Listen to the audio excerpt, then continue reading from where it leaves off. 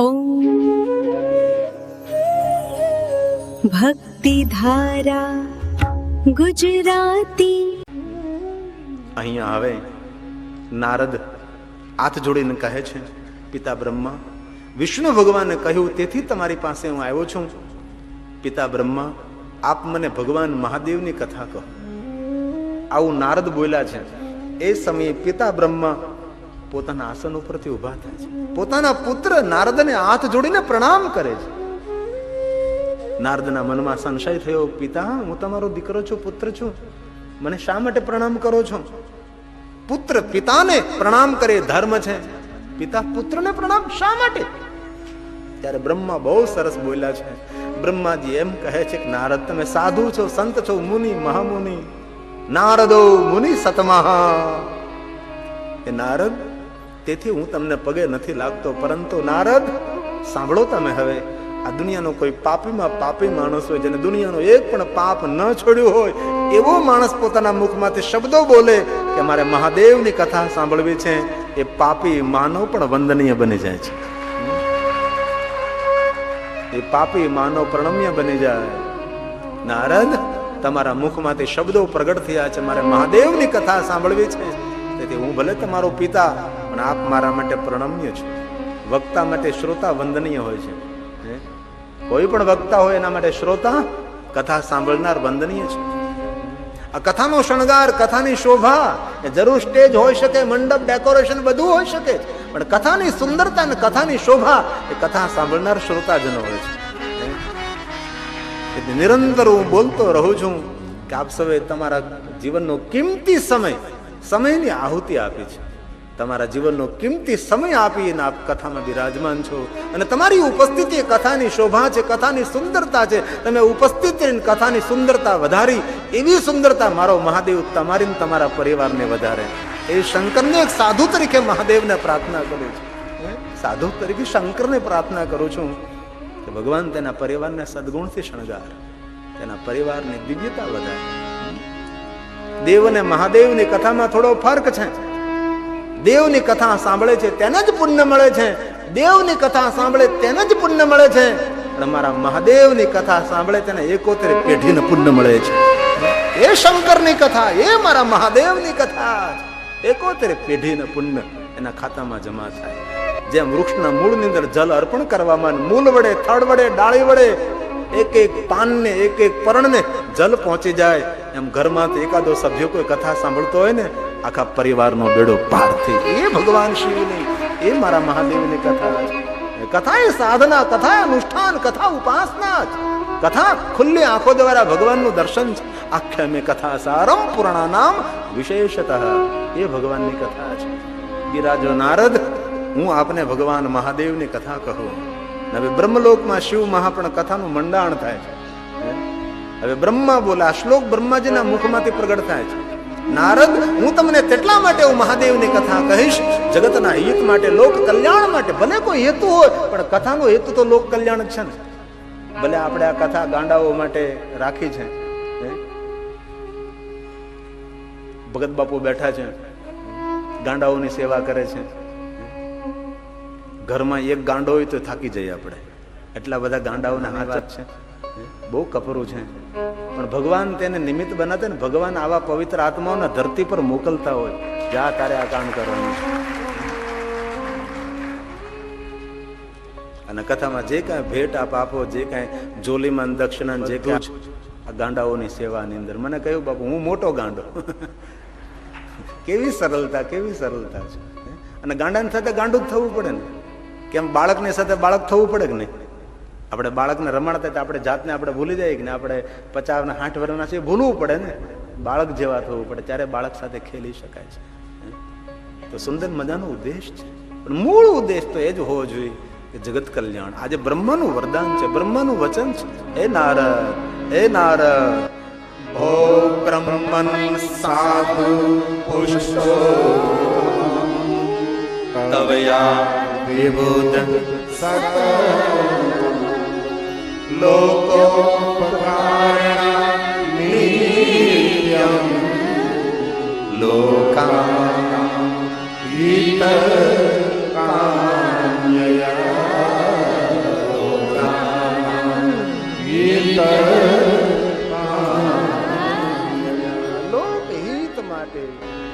કલ્યાણ માટે હું આપને ભગવાન મહાદેવની કથા કહીશ.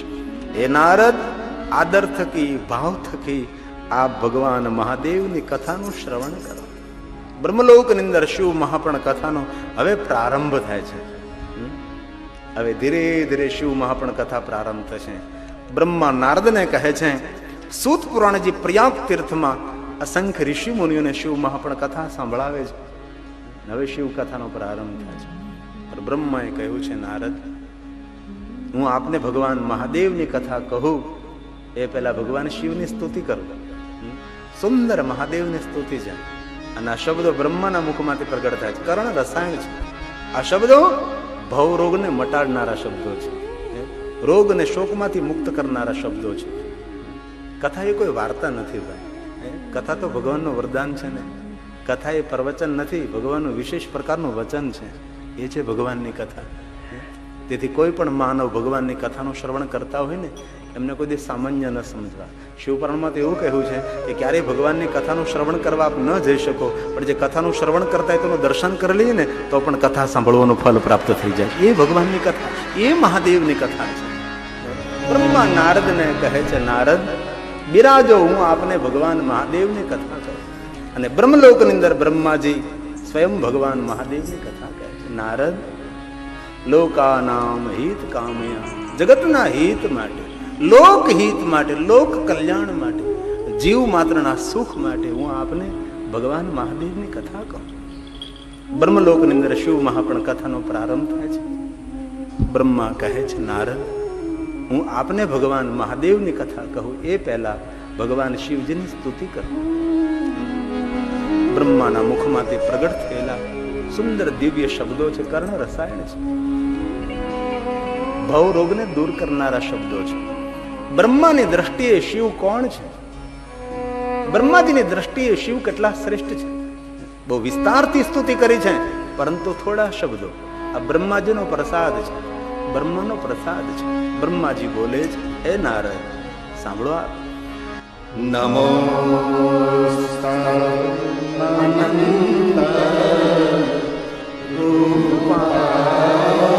હે મહાદેવજી, તમારા અનંત રૂપ છે, અસંખ્ય રૂપ છે.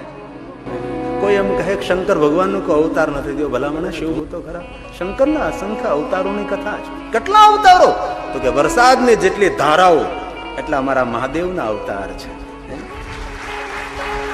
આકાર પણ છે ને, અવતાર પણ છે, નિરાકાર પણ છે ને, ઓમકાર પણ છે, નિર્વિકાર પણ છે. એ મારો શંકર છે, એ ભગવાન મહાદેવ છે. ભગવાન, તમારા અનંત રૂપ છે. ક્યાં રૂપને પ્રણામ કરું, ક્યાં રૂપની હું વંદના કરું? તમારું ત્રણ રૂપ હોય તો સમજો કે આ એક રૂપને પણ અસંખ્ય અગણિત સંખ્યા ન વિદ્યતે, કઈ રીતે પ્રણામ કરું? પરંતુ મહાદેવ, મને આપનું એક રૂપ બહુ જ અતિ પ્રિય છે. એ રૂપની પસંદગી કરું છું. બ્રહ્માએ જે મહાદેવના રૂપની પસંદગી ઉતારી છે, શબ્દો બ્રહ્માના મુખમાંથી પ્રગટ થાય છે.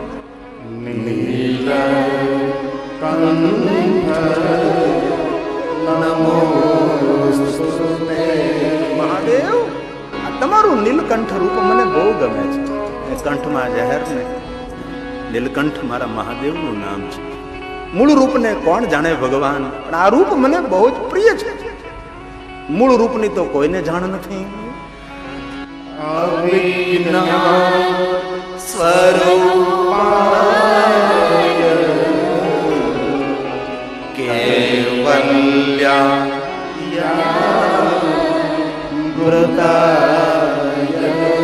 મહાદેવ, તમે કાળકોટ નામનું ઝેર પીધું, પરંતુ આ ઝેર કોણ પી શકે? જે અમૃતથી ભરેલો હોય છે. ભગવાન શિવ, તમારું રૂપ અમૃત સ્વરૂપ છે. કેવલ્ય હે શિવ, તમે અમૃતથી ભરેલા છો, તેથી તમે ઝેર પી શકો છો. ભગવાન, આ રૂપ મને અતિ પ્રિય છે. નીલકંઠ રૂપ મને અતિ વહાલું છે. જગત કલ્યાણ માટે, લોકહિત માટે, હે મહાદેવજી, આ સમુદ્ર મંથન કરતા ઝેર પ્રગટ થયું, તમે કંઠમાં રાખ્યું છે. આ નીલકંઠ રૂપ મને અતિ પ્રિય છે.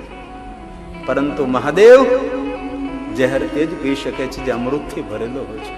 આપ તો અમૃત સ્વરૂપ છો ભગવાન. અપમાનને કોણ સહન કરી શકે? જે માણસ માનથી ભરેલો હોય છે, જે માણસ સન્માનથી ભરેલો હોય એ માણસો અપમાનને સહન કરી શકે છે. બાકી કોઈ અપમાન અનાદર સહન કરવો એ કોઈ નાની વાત નથી. કોઈ આપણો અનાદર કરે ને આપણે તેનો સામે અનાદર કરી નાખો તો એનામાં આપણામાં ફરક હું ભાઈ? આપણો એક નહીં લાખ કોઈ અપમાન કરે તો પણ હસતા હસતા નીકળી જવું એ ડાયા માણસોનું લક્ષણ હોય છે. એ સાધુ પુરુષ સંત પુરુષોનું લક્ષણ છે. અને કોઈ પણ માણસ આપણો અનાદર કરે, આપણા માટે ગંદુ બોલે તો એ કઈ આપણા માટે નથી બોલતો ને, એના પૂર્વજોની ઓળખાણ આપે છે. તમારી પાસે આવું બધું છે એ અમે તમને આપીએ છીએ. એમાં આપણે જરૂર નથી, આપણે કોઈ મૂંઝાવાની જરૂર નથી. अगर आपका कोई दिल दुखाए तो बुरा मत मानो, अगर आपका कोई दिल दुखाए तो बुरा मत मानो. जिन वृक्ष को ज्यादा फल लगते हैं उनको ज्यादा पत्थर ही खाना पड़ता है. કોઈ પણ માણસ કોઈ પણ આપણા માટે કાંઈ પણ બોલે, ડાયા માણસોનું લક્ષણ છે નજરઅંદાજ કરે. હળાહળ કોઈ આપણું અપમાન કરે ને સામે તેનું અપમાન કરી નાખવું એ તો સામાન્ય માણસનું લક્ષણ છે. અને કોઈ માણસ આપણો અનાદર કરે, અપમાન કરે, તેનું અપમાન કરવા માટે, તેનો અનાદર કરવા માટે તેના જેટલું નીચે ઉતરવું પડે આપણે. તો ભગવાને આપણને એટલે ઊંચા આપ્યું હોય તો શા માટે નીચે ઉતરવું જોઈએ ભલા માણસ? એમની ઓળખાણ છે. આપણે ક્યારે આમ કોઈ ગામમાં હેરીમાં જતા હોય કે મોહલ્લામાં કે આમ જતા હોય તો કોઈ કૂતરું ભસતું હોય તો આપણે કોઈ ધ્યાન કર્યું છે? આપણે કોઈ એના જેમ શરૂ કરી દીધું હામું? નહીં. આપણને ખબર છે કે કૂતરું છે તો સમજી જવું જોઈએ કે આ બે પગ વાળું છે. માણસે નીકળી જવું જોઈએ ત્યાંથી હાંચવીને ભલામણા. હસતા હસતા ત્યાંથી પસાર થઈ જવાનું હોય છે. ડાયા માણસોનું લક્ષણ છે. અનાદરને હસતા હસતા સહન કરી લે, અપમાનને હસતા હસતા સહન કરી લે, તેનો પ્રતિસાદ ન કરે. બસ બ્રહ્માજી એમ કહે છે, ભગવાન મહાદેવ કાળકૂટ નામનું ઝેર પીધું, તમે અમૃત સ્વરૂપ છો. નાંતમ દેવા વિજાનંતી. ભગવાન તમારા મૂળ રૂપને કોણ જાણે છે? કોઈ દેવતાઓ પણ આપના મૂળ રૂપને જાણી ન શકે, સમજી ન શકે તો હું કેવી રીતે જાણી શકું, કેવી રીતે હું સમજી શકું? આ શબ્દો બ્રહ્માજીના છે. સુંદર બ્રહ્માજી શબ્દો વડે શિવજીની દિવ્ય સ્તુતિ કરી છે. નાંતમ દેવા વિજાનંતી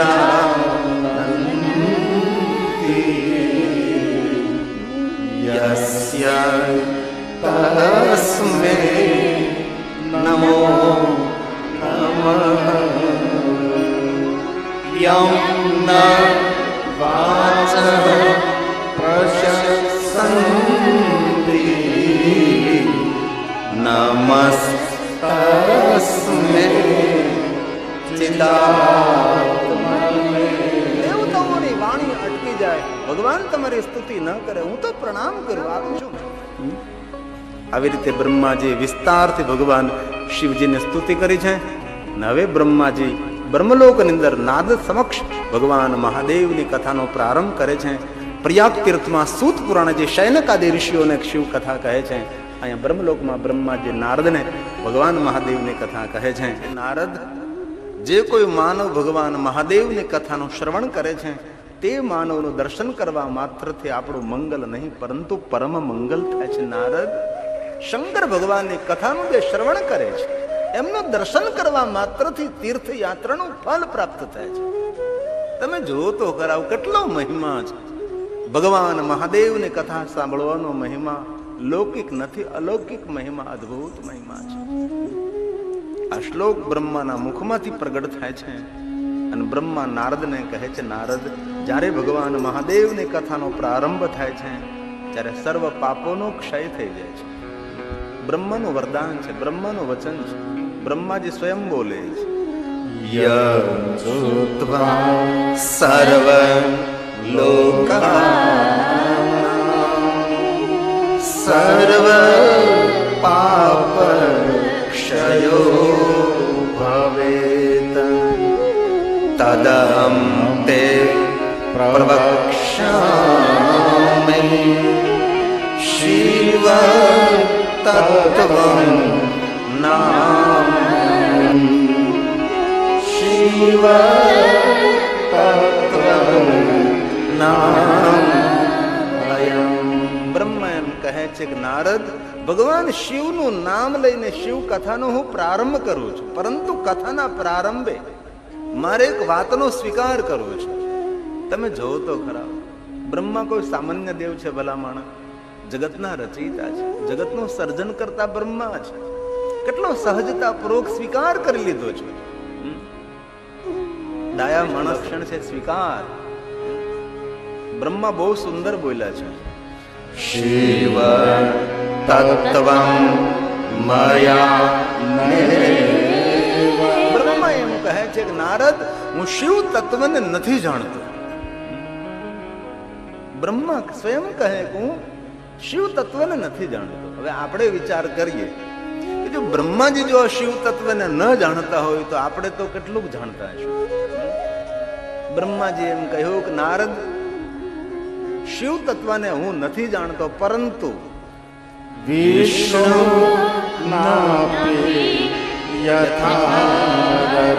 વિષ્ણુ થોડું ઘણું જાણે છે. પૂરી તો વિષ્ણુને પણ ખબર નથી કે કોણ છે ને ક્યાં છે ને કેવો છે ને શું કરે છે. અને ભગવાન શિવ પ્રત્યે બધા જ અનુમાનો છે. એ વાણીનો વિલાસ છે. મૂળ તત્વને આ દુનિયામાં કોઈ જાણતું નથી. એ તો સત્ય છે ને, જે કઈ છે બધા અનુમાનો છે. તેથી વેદ પુરાણ નેતિ નેતિ શબ્દોથી આ તત્વને પુકારે છે. વેદ આ તત્વને જાણવા માટે ચકિત બની જાય, ભયભીત કંપનનો અનુભવ કરે છે. બ્રહ્માજી બોલ્યા છે, અવિદતે સચકિતં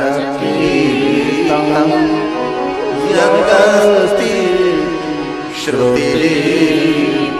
શ્રુતિ વારંવાર પુનઃ વારંવાર કહે છે, બસ કોઈ છે, કોણ છે તેની ખબર નથી, પરંતુ સત્યં જ્ઞાન મનંતં ચ પરમાનંદં પરમમયં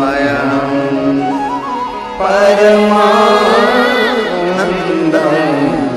પરમ ચિદાનંદ રૂપમ શિવોહમ શિવો. બસ કોઈ છે, ક્યાં છે, કેવો છે ખબર નથી.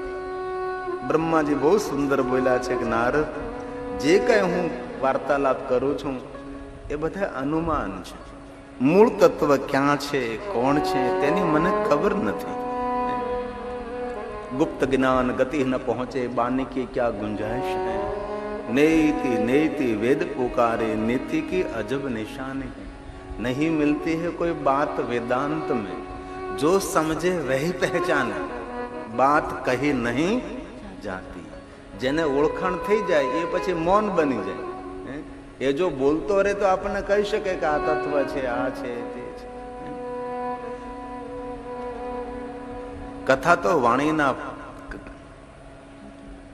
કથા તો ઓઠના પડદાઓને ખોલીને વાણીના દ્રશ્યો ભજવવાની વાત છે. અનુભૂતિ તો કંઈક અલગ જ હોય છે. તેથી રામચરિતમાનસ તુલસી એમ કહે છે, કોણ છે, ક્યાં છે, કેવો છે તેની મને ખબર નથી, પણ કોઈ છે એનો મને ભરોસો છે. આ પ્રસાદ તુલસીનો છે. નેતિ નેતિ જેહી વેદ નિરૂપા. વેદ પુરાણ ઋષિ મુનિઓ નેતિ નેતિ, બસ કોઈ છે. ઇતિ એટલે પૂરું, ઇતિહાસ વીતેલું, પણ નેતિ નેતિ બસ કોઈ છે. ક્યાં છે, કેવો છે, એ બ્રહ્મ પ્રત્યે બધા જ અનુમાનો. તેથી આપણા પુરાણોમાં આપણે ઋષિ મુનિઓ બસ આ શબ્દથી સંબોધન કરે છે, નેતિ નેતિ. નેતિ નેતિ જેહી વેદ નિરૂપા. નિજાનંદ નિરૂપાદિ અનુપા. નિજાનંદ નિરૂપાદિ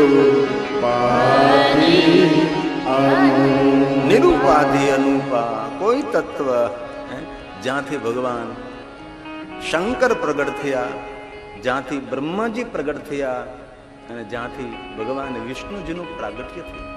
કોઈ એમ કહે શંકર અને શિવ અલગ, આ શિવ નિરાકાર છે, શિવ એક તત્વ છે. તેમાંથી પ્રગટ થયેલા ભગવાન મહેશ, શંકર, શંભુ, રુદ્ર, અતિરુદ્ર, મહારુદ્ર, અતિ મહારુદ્ર, અનેક રુદ્રોની કથા, અસંખ્ય રુદ્રોની કથા છે. નિરાકાર તત્વમાંથી જેને બ્રહ્મ પણ કહી શકાય, ભગવાન શિવ પણ કહી શકાય, જે નિરાકાર તત્વ છે, જ્યાંથી ત્રિદેવતાઓનું પ્રાગટ્ય થયું છે. ભગવાન શંભુ, બ્રહ્મા અને ભગવાન વિષ્ણુ, આ તુલસીના શબ્દો છે. શંભો વિરંચી વિષ્ણુ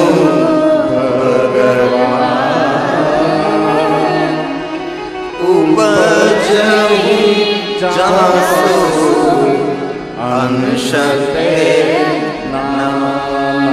એમ સૂર્ય એક, કિરણો અનેક છે. સૂર્ય એક, અસંખ્ય કિરણ જેની છે, એમ તત્વ એક છે અને ત્યાંથી ઉપજહી જાસો અંશતે નામ. બ્રહ્મા કહે છે, નારદ, સૂર્ય નહીં, ચંદ્ર નહીં, પૃથ્વી નહીં, કોઈ ગ્રહ નહીં, કોઈ તારા નહીં, કોઈ દિશા નહીં, કોઈ અંદિશા નહીં, કોઈ સરિતા નહીં, કોઈ સાગર નહીં, કોઈ પેડ નહીં, કોઈ પહાડ નહીં, કોઈ જીવ નહીં, કોઈ જંતુ નહીં, કોઈ દેવ નહીં, કોઈ દાનવ નહીં, કોઈ માનવ નહીં, ઘનઘોર અંધકાર. નારદે કહ્યું, પિતા બ્રહ્મા, એ ઘનઘોર અંધકારમાં શું હતું?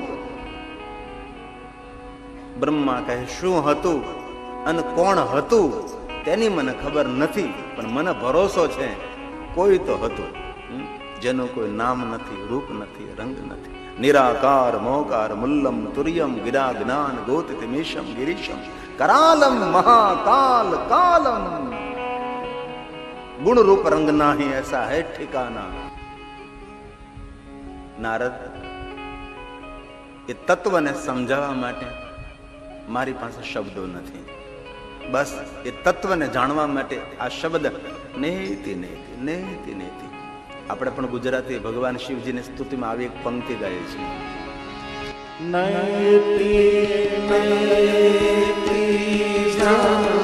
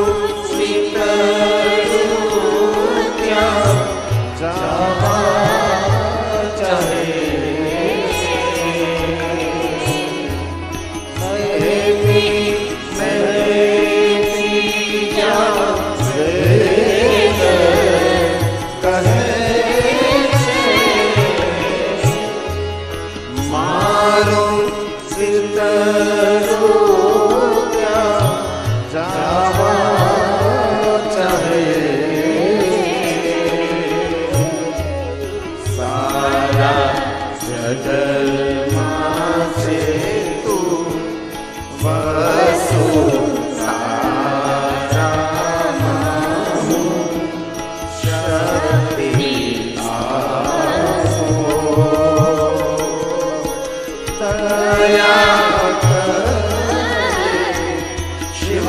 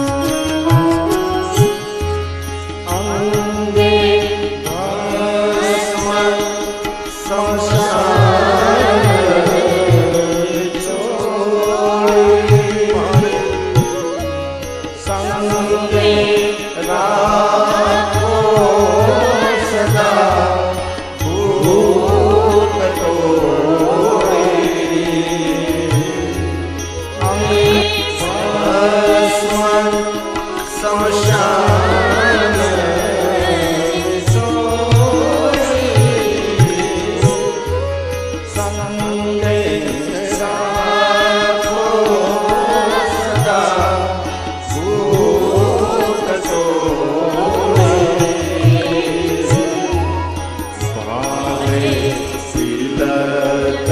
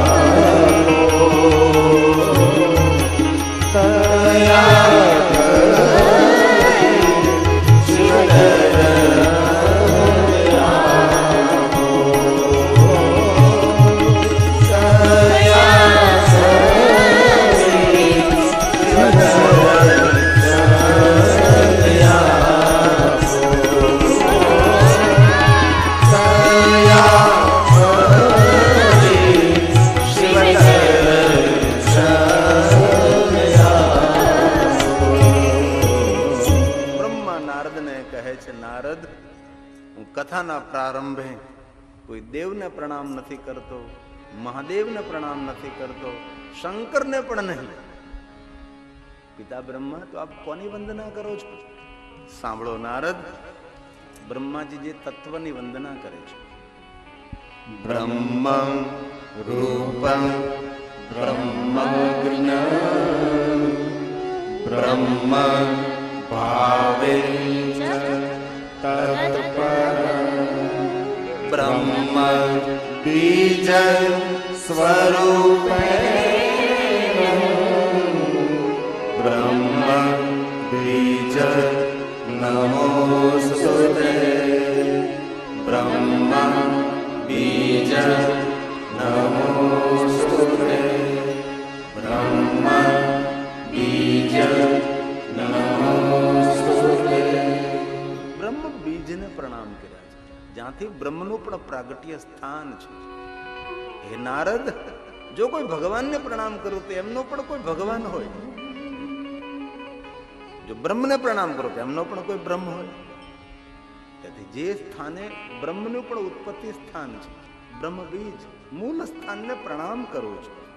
જે તત્વ પૂરા વિશ્વની અંદર વ્યાપક બન્યું છે. એક નાનકડું વડલાનું બીજ કેટલો મોટો વડલો ફલિત થાય, એ રીતે આ તત્વ પૂરા વિશ્વની અંદર વ્યાપક બન્યું છે. તત્વને હું પ્રણામ કરું છું. આ શબ્દો બ્રહ્માના છે. સર્વ વ્યાપક સર્વજ્ઞ સર્વ શક્તિ સમન્વિતા અતિ સુંદર દેશ નમસ્તે જગદીશ્વર નમસ્તે જગદીશ્વર નમસ્તે જગદીશ્વર. તે જગતને પ્રકાશિત કરે છે. એ તત્વને હું પગે લાગુ છું. નારદ, આપણી આંખો દ્વારા જે આપણે અત્યારે દેખી રહ્યા છીએ, જોઈ રહ્યા છીએ, એક પણ વસ્તુ નહીં, ઘનઘોર અંધકાર. એ અંધકારમાં કોઈ તત્વ, આદિ તત્વ, જેનું નામ નથી, રૂપ નથી, રંગ નથી, આકાર નથી, એ બ્રહ્મમાંથી, એ તત્વમાંથી એક આદિ પુરુષનું પ્રાગટ્ય થયું છે. તેમની સાથે આદિ પ્રકૃતિ પ્રગટ. આદિ પુરુષને નામ આપ્યું છે ભગવાન શિવ, અને આદિ પ્રકૃતિને નામ આપ્યું છે આદ્ય શક્તિ. હે નારદ, જે કઈ આપણે આંખો દ્વારા દુનિયા દેખાય છે એ ભગવાન શિવ અને શક્તિનો વિસ્તાર છે. તેથી નારદ, શિવ અને શક્તિ એ જગતના માતા અને પિતા છે. પરંતુ નારદ, એ શિવનું રૂપ કેવું? અલૌકિક, અદ્ભુત, સમજી પણ ન શકાય અને સમજાવી પણ ન શકાય. શિશે મંદાગ્નિધારી બાલ ચંદ્ર ત્રિલોચન, આવું જેનું અલૌકિક રૂપ છે. પંચવક્ત્ર પ્રસન્નાત્મા દશબાહુ ત્રિશુલ, આવું જેનું અદ્ભુત અલૌકિક રૂપ છે. જેને 5 મુખ રહેલા છે, જેની મુખ મુદ્રા પ્રસન્ન છે. આવા ભગવાન શિવજીના રૂપનું સુંદર વર્ણન કર્યું છે. ભગવાન શિવના મુખ કેટલા? તો શિવ મહાપુરાણના પ્રારંભે કહ્યું છે જેના 5 મુખ છે. અને શંકર ભગવાનનું એક નામ પણ છે પંચમુખા મહાદેવ. કોઈ કોઈ ગામની અંદર આપણે જઈને તો પંચમુખા મહાદેવ હોય, એક પંચમુખા હનુમાન હોય છે. કોઈ જગ્યાએ પંચમુખા હનુમાન પણ હોય અને કોઈ જગ્યાએ પંચમુખા મહાદેવ પણ હોય છે. ભગવાન શંકરની એક શ્રેષ્ઠ વંદના છે, એ બહુ લોકપ્રિય ઓછી બની છે. ભગવાન મહાદેવની વંદના છે, પંચમુખા મહાદેવની વંદના છે. સુંદર શબ્દો છે. આવો શંકર ભગવાનને પગે લાગીએ, ભગવાન શિવજીની વંદના કરીને, મહાદેવની વંદના કરવાથી જીવનની વેદનાઓમાંથી આપને છુટકારો મળે છે. એ છે વંદના, એ છે વંદન. વંદે પંચ મુખાંબોજં ત્રિનયન. ભગવાન મહાદેવને 3 નેત્રો છે. દેવતાઓને તો 2 નેત્રો હોય, પણ મારા મહાદેવને ત્રિનેત્ર છે. ને શંકર ભગવાનને ભાલમાં નેત્ર, કપાળમાં નેત્ર છે. હવે કપાળમાં આંખ હોય એ દેવ કેવો દેખાય? ત્યારે કલ્પના તો કરી એકલા બેઠા બેઠા. જેના કપાળમાં આંખ હોય એ દેવ કેવો દેખાતો હોય છે? કોઈ માણસે કપાળમાં તિલક કર્યું તો આપણું ધ્યાન ખેંચાય, ગો કેટલું સુંદર તિલક કર્યું છે. કોઈ બેને કપાળમાં હોપારી જેવો ચાંદલો કર્યો, ગો કેટલો સુંદર ચાંદલો કર્યો છે. હવે જો કે બહેનો મોટો ચાંદલો કરતી જ નથી. પહેલાની બહેનો તો આપણે કવડા કવડા કંકુના ચાંદલા કરતી હતી. આટલો કંકુનો ચાંદલો હોય કે એ જો કંકુ પાછું ખંખેરી લઈને તો ડબ્બી પાછી ભરાઈ જાય.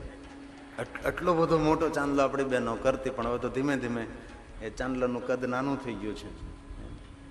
હમણાં જ એક બેને પીળો ચાંદલો કરેલો તો કોઈ પૂછ્યું કેમ પીળો કર્યો, તો કે મારા પતિને કમળો થયો એટલે પીળો કર્યો. એટલે પણ તારા પતિને કમળો, પણ ચાંદલામાં થોડો કમળો આવે કઈ. ભાનમાં નેત્ર મારો મહાદેવ કેવો વિચિત્ર લાગે. વિચિત્ર નો અર્થ છે સુંદર, અતિ સુંદર.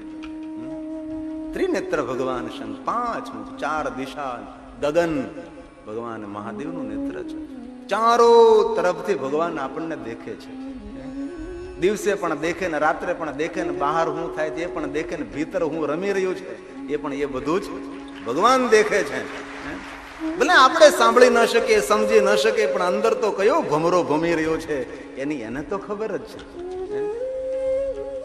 બોલીએ એ તો નોટ કરે છે, નથી બોલતા એ પણ કરે છે, ને વિચાર આવે એ પણ એની બુકમાં તો એ બધું નોટ થાય જ છે. તેથી મહાપુરુષો એમ કહે છે કે જ્યારે માણસનો તપ પરિપક્વ થાય ત્યારે તેને બોલવામાં તો ખૂબ સાવધાની રાખવી જોઈએ, પણ વિચાર ઉપર પણ સંયમ રાખવો જોઈએ. અને જે માણસોએ પોતાના જીવનમાં સફળ થવું તેને એકાંતમાં વિચારો પણ જાહેરમાં શબ્દો પર સંયમ રાખો. દુનિયા મેદાન મારી જાય માણસ. એકાંતમાં વિચારો પર અને સમાજની વચ્ચે શબ્દો પર બંને જગ્યાએ જો સંયમ આવી જાય તો જીવન એટલું મધુર બની જાય આપણું. પણ એકલા બેઠે ત્યારે કેવા વિચાર આવતા એ તો આપણને જ ખબર હોય ને. તેથી વિચારો ઉપર સંયમ અને વાણી ઉપર સંયમ આવી જાય, કોઈ પણ માણસ આ દુનિયામાં ખૂબ મોટી સફળતા મેળવી શકે છે, ખૂબ મોટી સફળતા મેળવી શકે છે. પણ જીભને જીતવીને એ તો બહુ કપરું છે. બોલાઈ જાય માણસથી, બોલાઈ જાય. જીભ જીતી તેને મારા મહાદેવના 5 મુખ છે. ત્રિનેત્રધારી, કપાળમાં નેત્ર છે, લલાટમાં નેત્ર છે, વિલક્ષણ નેત્ર છે, વિરૂપાક્ષ વિચિત્ર નેત્ર એવા ભગવાન શિવ છે, ભગવાન મહાદેવ છે. એમની આ વંદના છે. વંદે પંચમુખાંબુજં ત્રિનયન મહાદેવ મહાદેવ. વંદે લલાટેશં